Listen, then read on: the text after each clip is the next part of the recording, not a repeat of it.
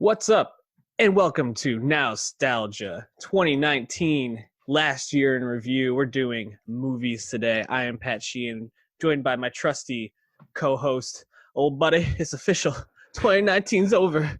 Dave Martin Swagger. How you doing, man? It's a has been. Nobody. How you doing? I'm good, man. I'm excited to talk about these movies. And just to give a quick plug to both of us. Go follow our Letterboxd so that you can stay up to date with our movies for next year. You can just search our names in Letterboxd will come up. Because that's actually how I'm tracking my list today. I've been going over my rankings, changing what's ahead of what. Really fun app. And if you aren't aware of what Letterboxd is, just an app where you can log and write reviews or notes about all the movies or television that you watch. You can rank them, just keep lists. It's cool. So definitely. I don't even use the app. I just use the desktop. I go to the website like an old person. Yeah, it's a lot of fun. If you don't have a phone, go use your computer. Anyways, so today we're going to be reviewing our best movies in 2019. Dave, just overall, 2019 is a movie year. How are you feeling about it? Great. A lot of good movies, man. I had a hard time narrowing this down. There's a lot of movies I felt were top 10 worthy, and math can't do more than 10. So it was a challenge. I haven't seen more movies than 2018 yet. I have more movies on my list, already available on streaming and stuff that I missed. So I'm hoping to see just a bit more than last year. So I'm at 90 right now. Jeez. Trying to get to 110, I think. Last year was like 104, I think. Wow. So, I saw 54 that I have right now on my list. I might see more, might not. But it's interesting. I had a similar experience with this list where it was like, I can't believe this one is not going to make it, or this one's further down. But when I came to it, there was really like similar to, I think, the TV list. I had like 7 or 8 that I felt like were undeniable, like needed to be close to the top or the middle. And then they were like at the back end, I was like, is this one more an 11 or is this one more 9? Kind of going back and forth. But I guess that's maybe just the process of list making in retrospect. So why don't we talk a little bit about why this year was so good? We did our best of the decade list. Check that out, youtube.com/nostalgiapod. And you had 2 movies from 2019 on your list. I believe I had 1. Yeah. They'll be coming up again, because that would make sense if they didn't. Well, actually, no. I ended up having 2 because I had Avengers Endgame, which was more of a symbolic choice for me. So that will not meta be choice. Yes, meta choice. So that one will not be discussed today for me. Will it be on your list? I don't think so, Dave. No, sir. Yeah, not even close. No, sir. But what do you think made this year so special in terms of movies? I think it's the variety. There are some legitimate, really strong, impressive blockbusters, mainly from Disney, like Avengers. And then we have all kinds of indie fare that really range. Spoilers, A24 is the most represented distributor on my list, actually, not just the way it worked out. But you have all like these small level movies. We had Netflix really take over and win, finally, releasing a whole, small handful of top tier awards movies. And honestly, kind of like throughout the year, you can look at the release dates, and we really had good stuff the whole time. And I actually felt less pressed at the end of the year to see stuff that was coming out than I did the past year. I think it was just a little bit more spread out, just at least how I felt about it. So I think just the variety of it all is really great. And you look at the statistics too. There's more women were represented on screen and making movies than the past. Still not a great showing, but it is an increase. And I think overall we're kind of just seeing that a lot of different stuff is still getting the burn, even if it's not necessarily getting the box office dollars to reward the quality in hand. But yeah, I think it was a strong year that I think will be looked back on finally as we move into the 2020s. I agree. The variety. I think it was also you talked about the blockbusters and the small movies kind of coming together, but really also the the sequels or the stories that have been told mixed in with a lot of really new and exciting stories. And that's actually kind of previewing the Oscar nominations, which we'll be talking about on the pod this coming Monday. That category, original screenplay, is going to be absolutely stacked. And there's going to be 2 or 3 people that are going to be snubbed off that really deserve to get a nomination. And it's exciting because I think for a while we were feeling like Hollywood's just churning out the same stuff over and over and over. And this year feels like a real breath of fresh air, whether it's something like Knives Out, the background for you right now, this like whodunit, or it's something like Long Shot or Late Night, which are these like heartfelt, thought-provoking comedies, or something like Uncut Gems, which is just like pure adrenaline thriller from start to finish. It's really exciting to see all Triple this Frontier, just a classic action movie. Right. Yeah, just it's fun stuff, and it's all new, which is fun, or most of it's new. So a lot of good stuff there. Anything else you want to say about it before we jump right in? No, man. I'm looking forward to getting into it. Like I said, it was hard to narrow down the 10, but it had to be done. Had to be done. So as always, we're going to do our 10 to 1. We'll talk about them as they come up because I'm sure we'll have some overlap on our list. And then at the end, we'll do some honorable mentions and maybe some shout outs to either actors, directors, scenes, things like that. So, yes, sir. Dave, your number 10. Number 10 is, in fact, Knives Out. Shocking. Number 3 for me. Hell yeah. So the best murder mystery film in scores of years. 30 years, maybe? Yeah. Who can really say? It's a long, long time. And part of that, I think, is just it's a genre that was not really innovated on, developed in that frequently in general. And when it is, it's usually an adaptation of something famous, like an Agatha Christie book. But in this case, we have something that's very indebted to Agatha Christie, and you can definitely enjoy it if you're a fan of that.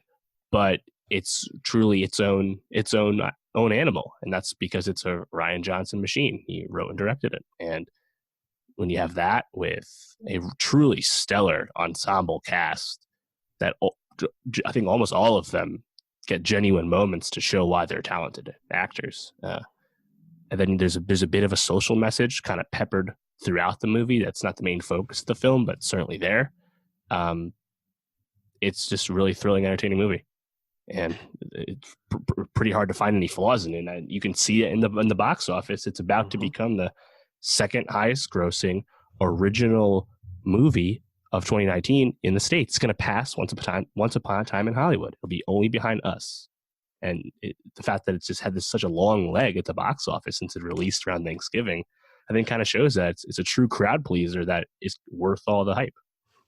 Yeah, you said it perfectly, I think. And when I think about this movie, and even looking at the poster that you have up behind you, it's Ana de Armas with just insanity going on around her. Really playing this straight woman to Chris Evans and Daniel Craig and Michael Shannon and pretty much everybody in this just on one. And that's what makes this movie so much fun. And it's truly the type of movie that keeps you guessing. Like it's you think you have it figured out 100 different times, and then something else happens and it flips you right around. And that's what makes movies for me so enjoyable, are things that can keep you on your toes, show you something new, and just you leave and you're just like, that was just a blast, and I want to go back and see it again. I can't wait to watch Knives Out again. Same. It's just awesome to see Rian Johnson following up a movie that was mixed in reception in terms, or at least fan reception, with The Last Jedi, with such a undeniable hit. So Knives Out, my number 3, your number 10. My number 10, I'm wondering if this actually made your list. Joker. It did not. It is number 20 for me right Number now. 20. So when I was going about this, I had a couple, like I said, at that top portion. I was just like, which one do I think really deserves this 10th spot? And Joker stood out to me for 2 main reasons. One, Joaquin Phoenix giving an absolutely transformative performance, which is not uncommon for him, but certainly still worthy of discussing and awarding. And then also Todd Phillips delivering a unique story. This is unlike any other comic book story we've seen. It's stylistically, I think, different than any other comic book movie we've seen. Obviously, it feels like a pretty blatant homage or ripoff, you could even say, of a couple Scorsese movies. Hmm. But Indeed. still, I didn't have any other movie experience this year where I had a pit in my stomach pretty much the entire time and was left squirming and feeling uncomfortable. And for me, that makes this movie a top 10 movie, because in the end, movies are things I look to see how it makes me feel, how it makes me think. And this movie did that a lot and raised a lot of discussion, good and bad. And I think it's worthy of a top 10 list. So Joker, my number 10. Dave, number 9. Number 9 for me. We just talked about it last week. Uncut Gems. Is this on your list? Number 5. Yeah. So again, we've reviewed, I think, literally every movie on my list. I believe your list as well. So you can get the deeper thoughts there. But yeah, man, Uncut Gems, just a true masterpiece in maintaining tension for the audience in a plot that's not actually moving at as fast a pace as you think when you're watching it. And coupling that with the, Adam Sandler doing the serious acting chops thing once every 10 years, and the incredibly detailed New York identity of the film coming from New York directors and the Safdie brothers, and a spot-on casting of Kevin Garnett playing, of course, his past self, and a total revelation in Julia Fox in her first really major role of any consequence. And it's kind of just the whole package. As far as a thrilling movie, did some of the best portrayals of gambling on film in several years as well. Really love this movie, which is funny again because it's kind of agita inducing as you watch it. Yeah, certainly. Everything you said. Plus, for me, I think there's scenes in this movie, lines from this movie, moments, sounds, including the score, which we talked about in the review, that I thought was maybe one of the most underrated scores of the year, that are going to stick with me. Like whether it's Howard when he's having his meltdown, I'm not a good person, like just I'm like a piece of shit. Yeah. Or it's the look that those like henchmen have as they're like sweating inside like the two doors, just staring at him, and like the tension of it all, even though you're a basketball fan, how it's gonna end. Or it's the scene with the weekend, and the coloring in that we talked about. There's just so much about this movie that is just amazing. Like it's truly an amazing feat, and it feels like a real coming out for the Safdies, who have been I think quietly starting to build up their resume, and this feels like the breakout, and really excited to see where they go from here. So Uncut Gems, for all the reasons we talked about, and go check out the review. My number 5, your number 9. My number 9, which I don't think you're gonna have on your list either, Jojo Rabbit. Not on the list, but movie I did like. Top 20? Not top 20. Oh shit. Top 30. Top 30. Okay. Jojo Rabbit's gonna be a interesting film come Monday.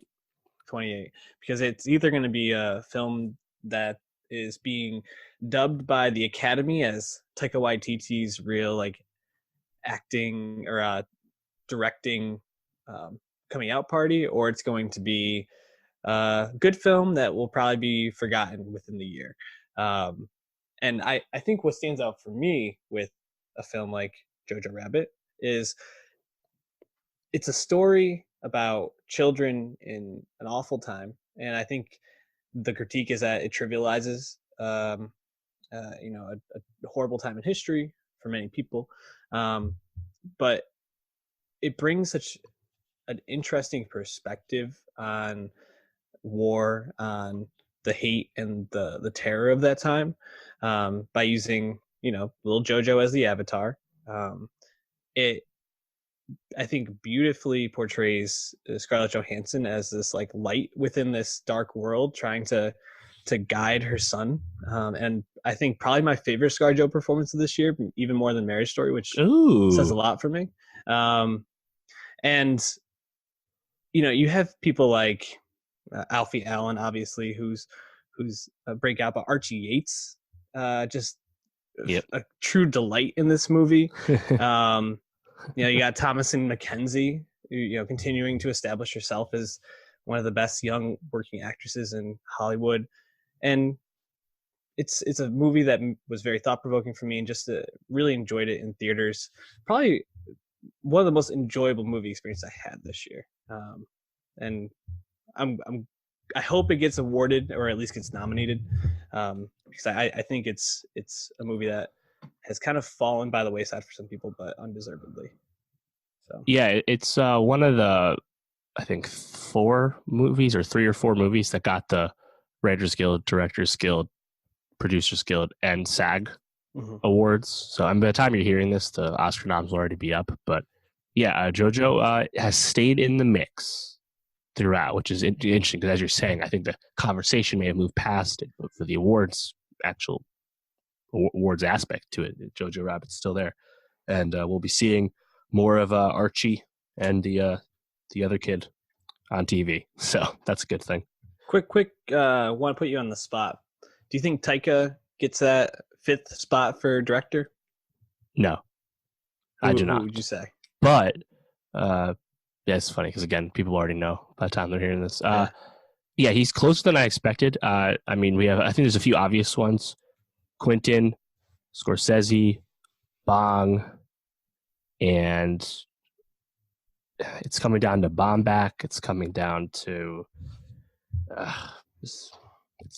Gerwig's got to be up there. Yeah, it's tough, you know. Ryan Johnson could potentially. Yeah, I don't think Johnson's going to get there, but you know, it's a lot more likely than I expected. I mean, Mendes is definitely getting one. Oh yeah, Sam Mendes. That's the 4th one I was thinking of. Yeah, so that 5th spot is, you know, Gerwig, Baumbach, Taika. That's probably the 3, I'd imagine. Yeah. It's tight. I don't know. Yeah, it's real tight. Number 8 for you, Dave. Number 8 for me, a movie we also recently spoke about, Little Women. Coming on my list at number 6. Hell yeah. Little Women, the best take on the very well-trodden ground that is Louisa May Alcott's Little Women.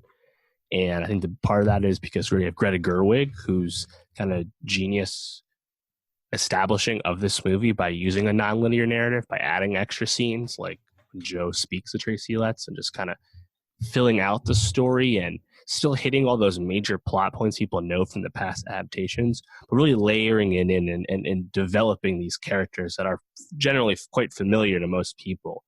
And when you have people like Saoirse Ronan, like Timothée Chalamet, like Florence Pugh, carrying such scenes with such aplomb because they're so freaking good as actors, really elevates material. And then you have a stellar cast filling it in behind them. So yeah. And it looks amazing with the production design, the costumes and all that. It's fucking lovely. Yeah, absolutely lovely. I think Gerwig's use of tone, color tone within the movie to give not only feeling, but to make it easy for the audience to follow the nonlinear story, and to know when you're either the past or present, and then also to just get amazing performances out of these young actors. I mean, Chalamet and Ronan are just amazing together as always. Like you said, this feels like Pugh really stepping out of this like up and coming role and just being like a bona fide star at this point. Between that and Midsummer this year, and Fighting with My Family as well, then we have Black Widow this coming year. She's gonna be a household name if not already.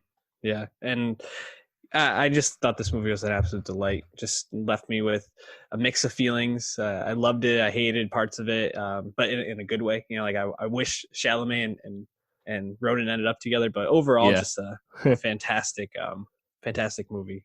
Gerwig, one of the best working directors out there right now. So crazy if she doesn't get the nomination for this, but like we said, that 5th spot is just She would be my choice. I would edge her in over Baumbach, which is, you know, we know that's going to get the writing. So that'd be if it was up to me.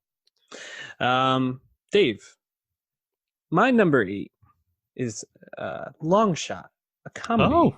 Oh wow! Making my top 10, which I've been thinking about this movie a lot more than I expected to after the fact. Hmm. Um, it's directed by Jonathan Levine, and I saw it on a date, and it wasn't necessarily like the best movie theater going experience. That's kind of like, probably this one's probably not going to be that high for me. But the more I think about it, and a lot of what went into my list this year was like, there's a lot of quality at the top. So I want to go with what did I really find myself being moved by, enjoying. Long Shot was maybe my favorite movie going experience theater, just because it felt like the whole theater was like rip roaring throughout it, and I haven't had a comedy do that for me in years, and it just feels like such a throwback while also like keeping this like modern perspective. It's Charlize just being absolutely magnetic for a Yeah. 100 minutes, and Seth Rogen and her somehow having great chemistry too. And just I thought it was really a smart comedy as well. Um, a lot to like about it. Where did this fall movie. on your list? I was interested. I think I just looked at it. I think 33. I think, yeah, I really like it. Yeah. It might be the highest rated just normal studio comedy. Yeah, it is on my list. Yeah, it's great. Yeah, it taps in the star of Charlize. I think in a really smart way, still servicing the movie. And O'Shea Jackson Jr. is really funny and like the supporting role as well. Yep, absolutely. All right, Dave, you're number 7. Number 7 for me, Hawk. You like me cooking? The Lighthouse from A24, Robert Eggers, follow up to The Witch. This came out in the fall. Total two-hander from Robert Pattinson and Willem Dafoe. The You Like Me Lobster speech is on YouTube. It's a bit of a meme. It's hilarious and amazing in the context of the movie. And this movie, like I said, just a total two-hander where it's really claustrophobic, in-your-face movie with a square aspect ratio and black and white and one setting on this barren crag of a lighthouse island, and hilarity and madness ensues. Not gonna spoil what happens, but it's man, I was lucky enough to catch the director Q&A after this, but like, so everyone there was really invested in the movie, and truly one of the most, like, I feel like enraptured crowds I've ever been a part of. Everyone was just like completely focused on this, laughing when they were supposed to laugh and like mouth agape when other things happened. And it's really stuck with me just because it's really unlike anything else I saw, both for the obvious visual reasons, but also kind of the audacity of what kind of story it's trying to tell. And Pattinson and Dafoe are just so committed. And like, I think just really I think they went really full method for this, because they kind of lose themselves in these characters as their characters begin to lose their minds. And it's amazing. Yeah. Hark. The Lighthouse. So good. This is some of the most A24 shit that's ever been put out there. That's 100% correct. I cannot wait to watch it. So definitely a movie I want to get onto my list. And I'm sure it will be close to the top once I do see it. My number 7 is Lorena Scafaria's Hustlers. Nice. Where'd this fall for you? Hustlers is 22 for me. 22. Banger. Yeah, great movie. Maybe definitely one of my favorite scenes of the year. Top 3 at least. The Usher scene where just like insane. Usher baby. It. Yeah, so good. And really a movie that, anchored by Constance Wu, Jennifer Lopez, tells us the story of this, like in this almost like Big Shorty type way. Big Short, not Big Shorty. Based on a true story. Yeah, and I believe Adam McKay, isn't he like an executive producer on this? Oh, is he? Makes sense why. Anyways, he this movie is just fantastic. It's a movie about female relationships, and this slow turn into crime to get ahead and get out of struggle, and it really like flips on its head. I think what we expect from these movies, because and we saw this a couple other times here, because there's a movie like The Kitchen, which I didn't see, but I know the general gist of, where it's like women taking on these roles like crime bosses or the people doing the crimes, which is a bit of a change, which is welcome to see. But really what makes this movie is Jennifer Lopez just being a goddamn star throughout the whole thing. Whether it's her first scene where she comes out and she's doing the pole dance and just like absolutely like breathtaking, or Indeed. just her presence throughout the movie as this like kind of like archangel of the whole thing. Every scene she's in, she steals. Really, really fun movie. So Hustlers, my number 7. What's next for you, Dave? We got 6. Number 6 for me is The Farewell from Lulu Wang, Number 4. A24. Is this on your list? Number 4. Hell yeah. Man, Aquafina, good actor. She can do serious stuff. She fucking kills it in this. As what, I believe Nora.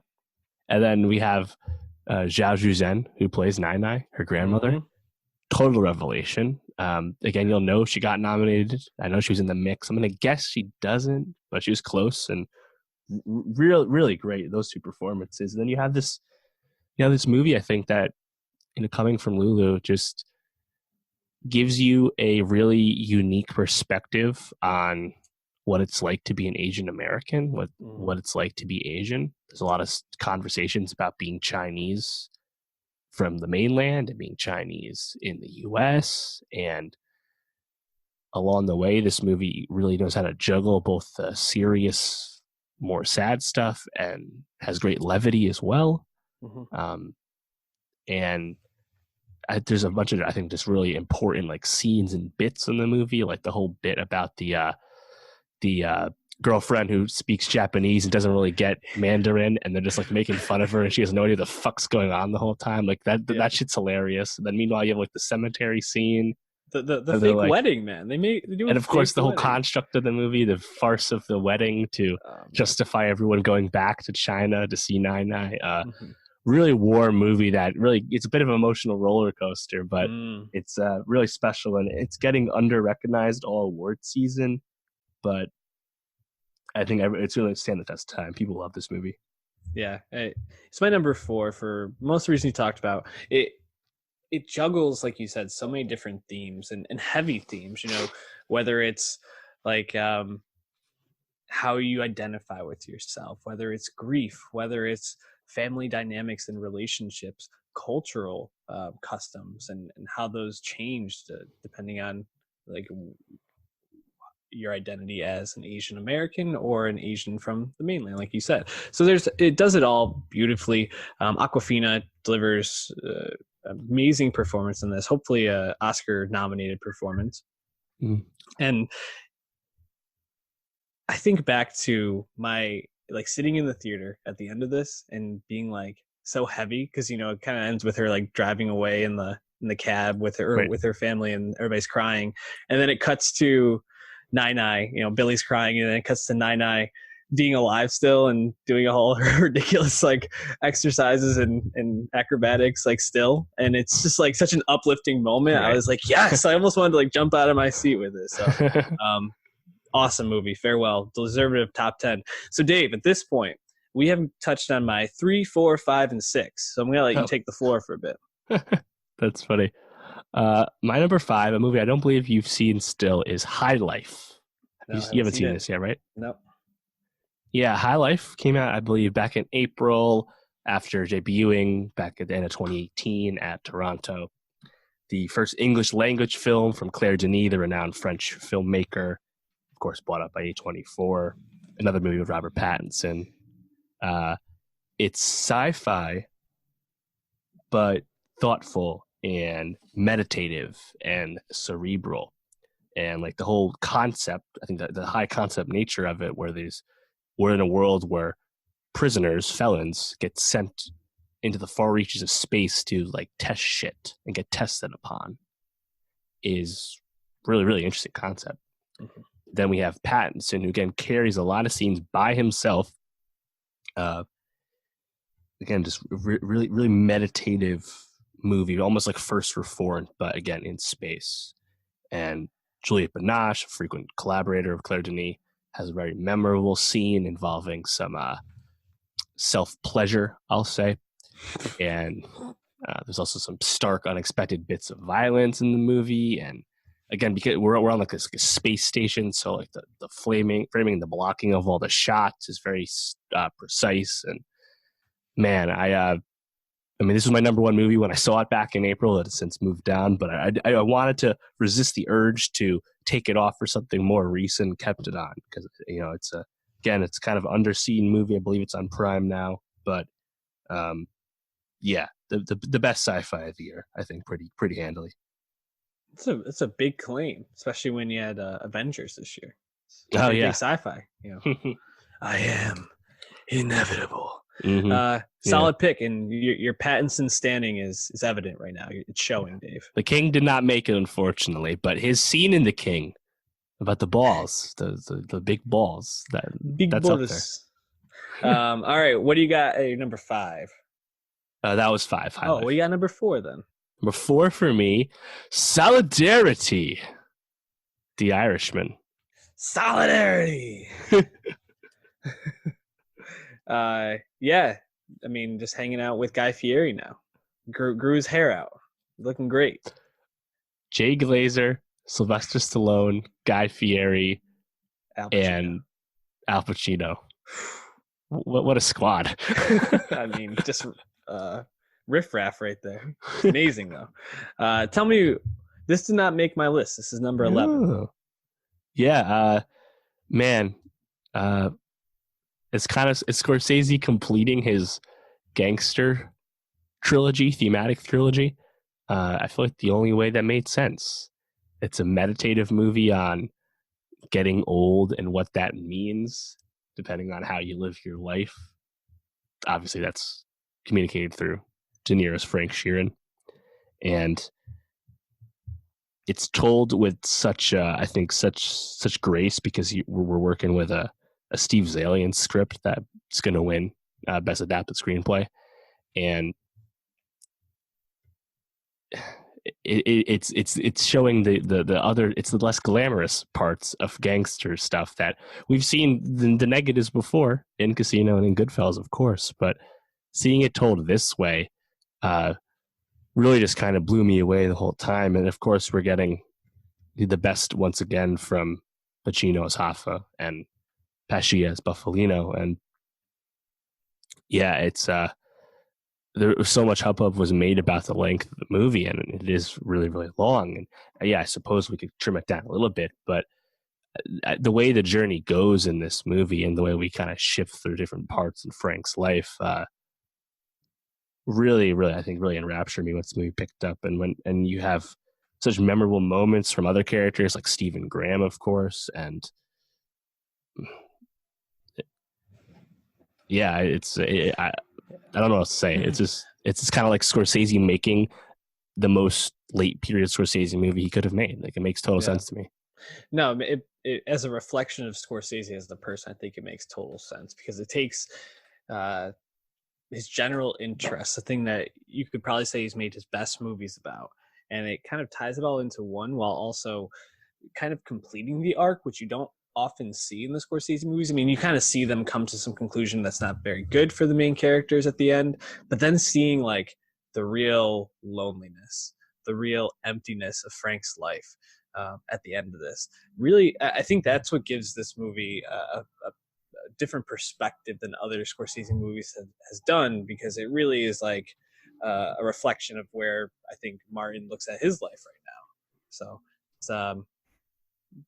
it's pretty it's a great film. And the is it too long conversation? I think it's definitive it's not at this point. So 3.5 hours, it's on Netflix. Take a pee break, come back and watch the rest. Get over it. Moving on, your number 3, David. Number 3 is Marriage Story, Netflix once again. It was top 15 for me. Ooh, okay. Yeah, so I saw this in a small festival setting, which was a really cool experience. But also, I think it's like the Lighthouse as well. It's cool to be in an audience, in a room where everyone's really invested and engaged with the film.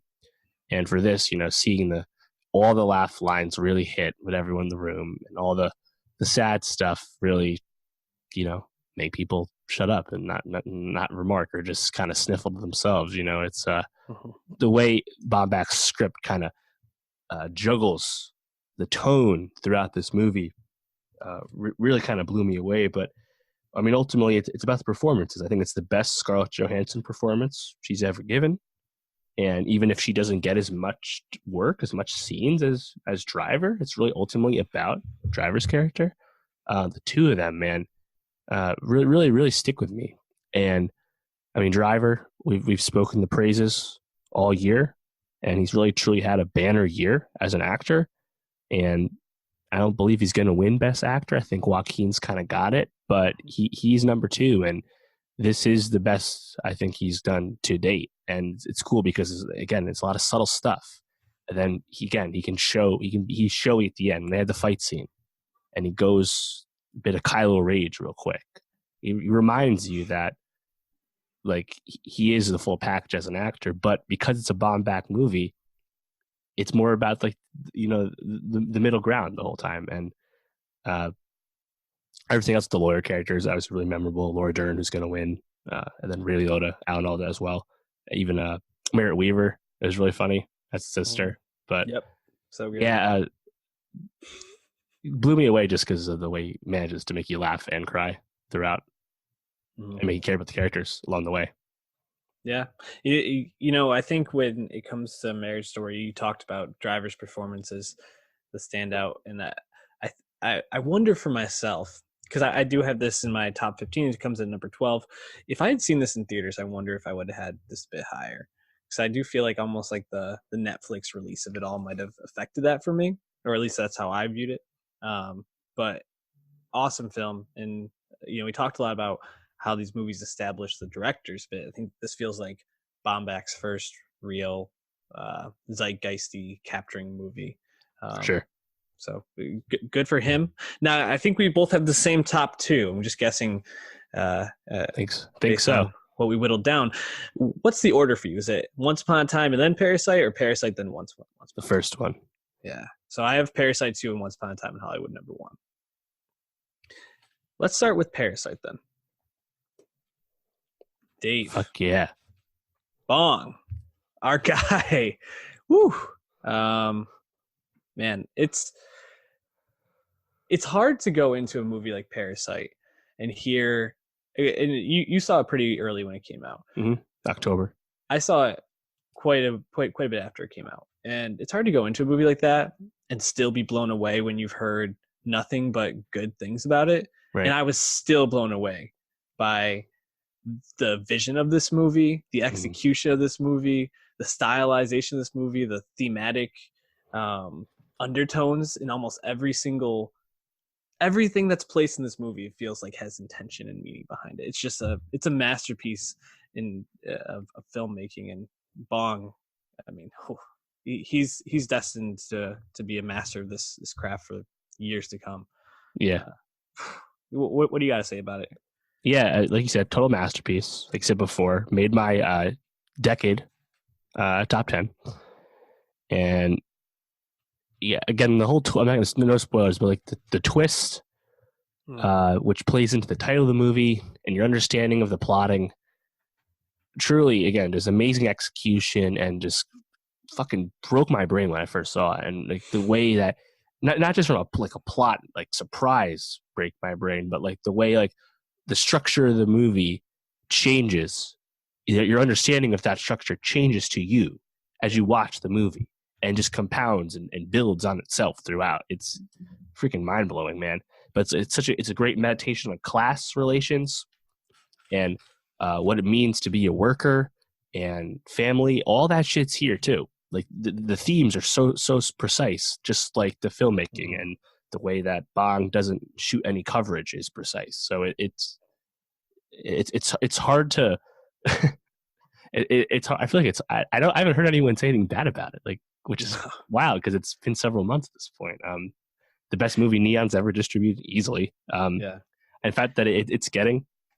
I mean, we don't know for sure, but it's getting the Best Picture nomination. Bong's getting a Best Director nom, and there was even some late buzz for Song Kang-ho to get a Best Supporting Actor. He's freaking hilarious. You know, he's a freaking collaborator of Bong, but he really crushes it too. But yeah, it's just one of those movies where you watch it, and like the whole enterprise of it all can't do anything but just kind of like suck you in, and like you just have to be with it. And that's why it's my number one. It's unlike anything else I saw. Not shoot more than he needs to. It's all just, I'm shooting this is what I need. So to execute it on this level, it feels really like to be this precise is almost impossible, but he is. And that it just makes me so excited to see more Bong Joon-ho films like that. If this is what he's making now, I wonder what he's going to be making in 10 years with more money behind him and more acclaim. And it's just it's exciting stuff. So that means Once Upon a Time in Hollywood was both of our number ones. Dave, I'll let you. No. Oh. Parasite was one. Once is two for me. Sorry, reversed. So I'll let you go off on Once Upon a Time in Hollywood then.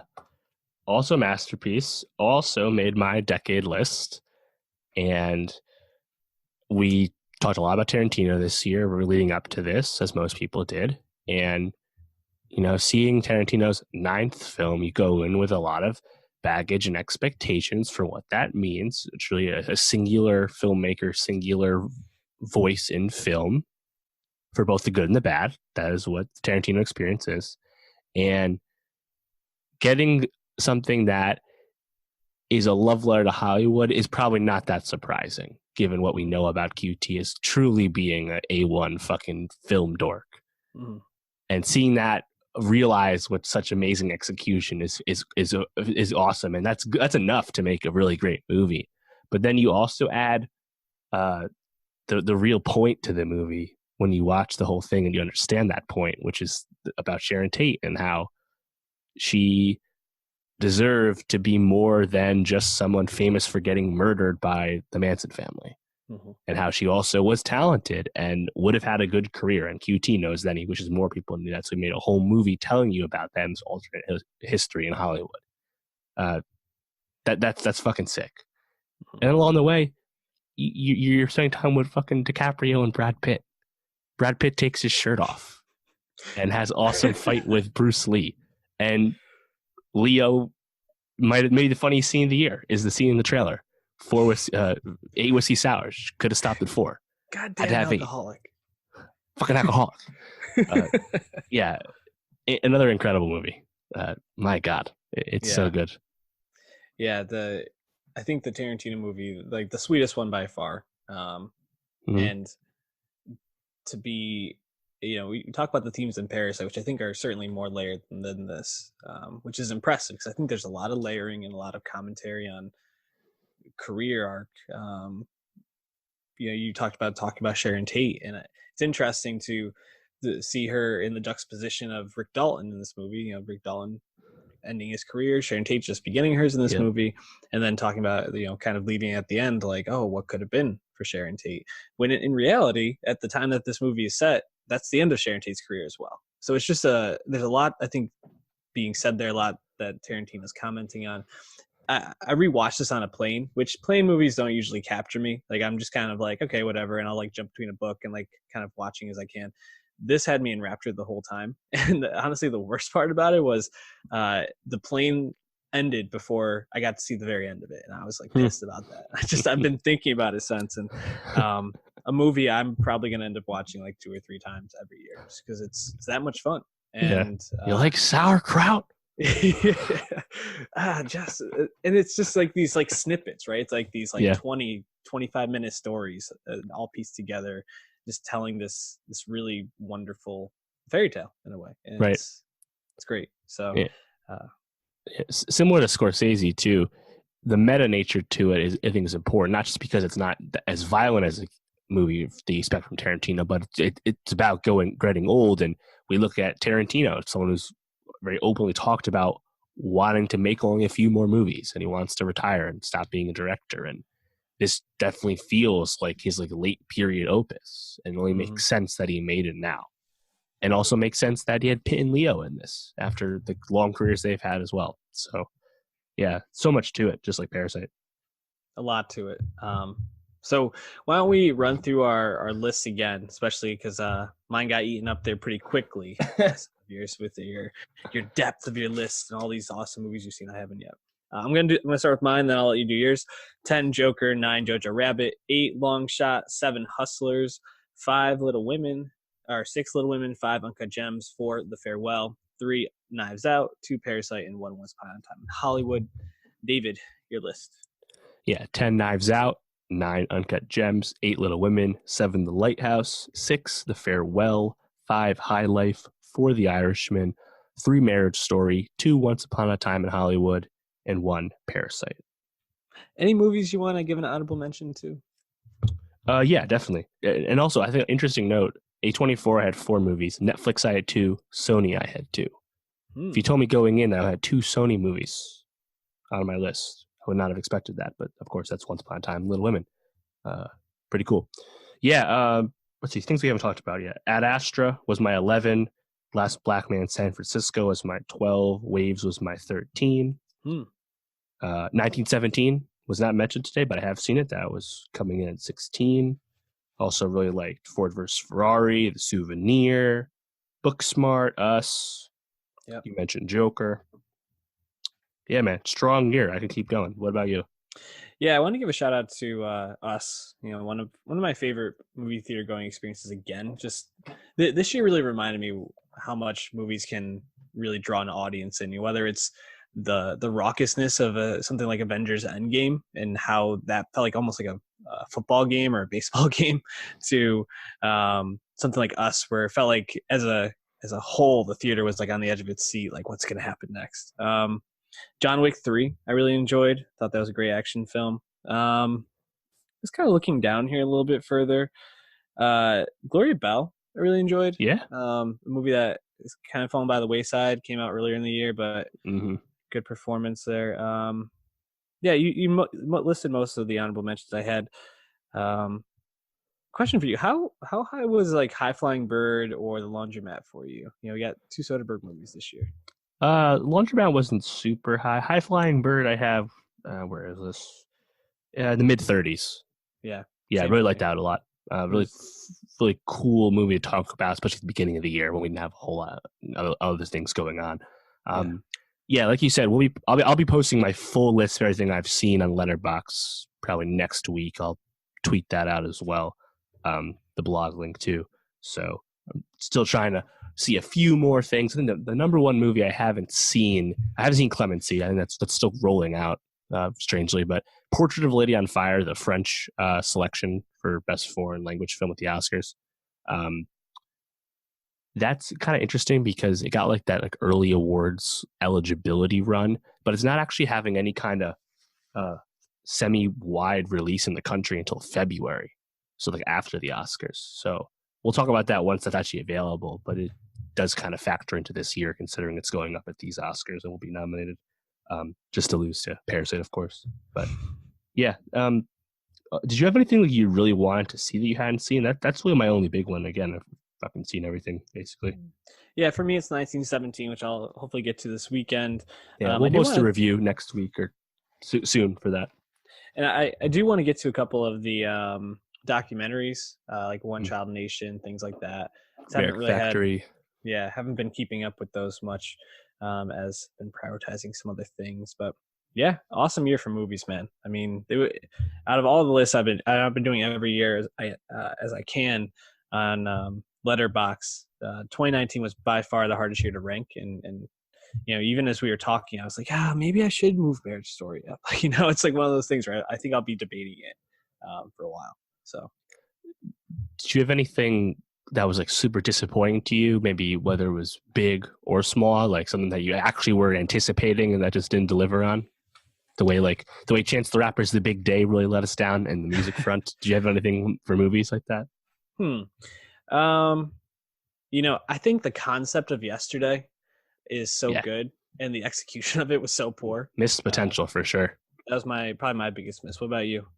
I mean, I think Star Wars is kind of an obvious one. Doesn't do well on that. Again, watch our review; it's quite long. You know, something simple I didn't know much about, but I kind of wanted more out of Earthquake Bird just because it was a Vikander lead role. I still like The King, but I wish The King was like great, and it wasn't great. You know. Yeah, Yesterday's a really good call. That's a really good call. Yeah. You know, the report also was a movie that probably 2 months Sure. prior to coming out, I was like, oh, this can be top 10 for me. And it was good, but Right. middling. So, although Annette Bening might get that Oscar nom, so we'll Yeah. see. Maybe. We'll see. So Dave, what should the people be preparing for next week? Yeah. So we have things. I was just kind of getting my doc going, and there's a lot of music coming up. We have stuff that's already out for you. The time you're hearing this, like Selena Gomez and Poppy. This coming Friday, we have Halsey's third album. We have Mac Miller's posthumous record. 070 Shake is dropping a project that we have to talk about because we like the song Ghost Town. um, The Outsider and The New Pope have started on HBO. We'll be talking about, I think, both of those at some point soon. We really liked The Young Pope. 1917 we'll get to soon. Avenue 5 is about to start on HBO as well. Bad Boys for Life is coming up. So yeah, things are again going, man. Exciting. Yeah, with the shortened Oscar season, I'm like really worried about that February till like May dip in content. Yeah. It's gonna be. What, you're not stoked for Underwater or Doolittle? You know, I do have some hope with Hulu FX that Yeah, maybe that will that's continue to crank out some content. Fargo, man. The TV calendar is filled out already. Yeah. Yeah, I think by mid-February, we're off to the races. Yeah, a lot of TV to keep up with. So that will keep us through that lull, hopefully. So if you're watching on YouTube, hit that subscribe button. If you're listening through any of the platforms, give us a rating and review on iTunes or follow us at Nowstalgia Pod on Twitter. And let us know what you think. Do you agree with our list? What would you have up there? We'd like to hear from you. So follow along. See you next week. Peace.